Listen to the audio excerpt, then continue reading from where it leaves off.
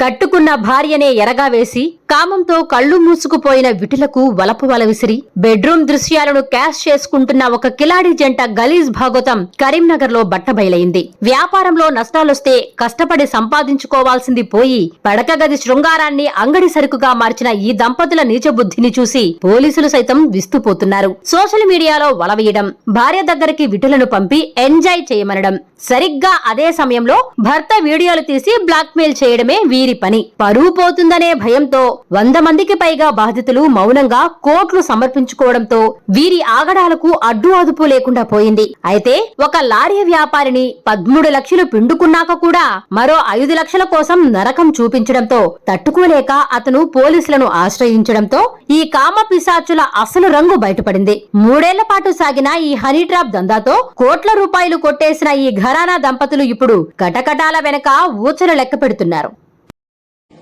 గత కొన్ని సంవత్సరాల నుండి మంచిర్యాల జిల్లాకు చెందిన ఇద్దరు భార్యాభర్తలు కరీంనగర్లోని ఆరపల్లి వద్ద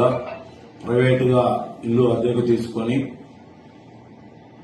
మాల్బూర్ బిజినెస్ చేసి తర్వాత ఇంటర్నల్ డిజైనింగ్ వర్క్ చేసి వారు నష్టపోయినందున వారు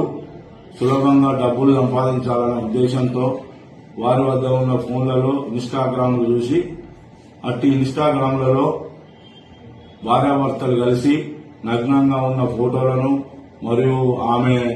నగ్నంగా ఉన్న వీడియోలను తీసి ఇన్స్టాగ్రామ్ లో పోస్ట్ చేయగా అట్టి పోస్టులను చూసి చాలా మంది యువకులు, వ్యాపారస్తులు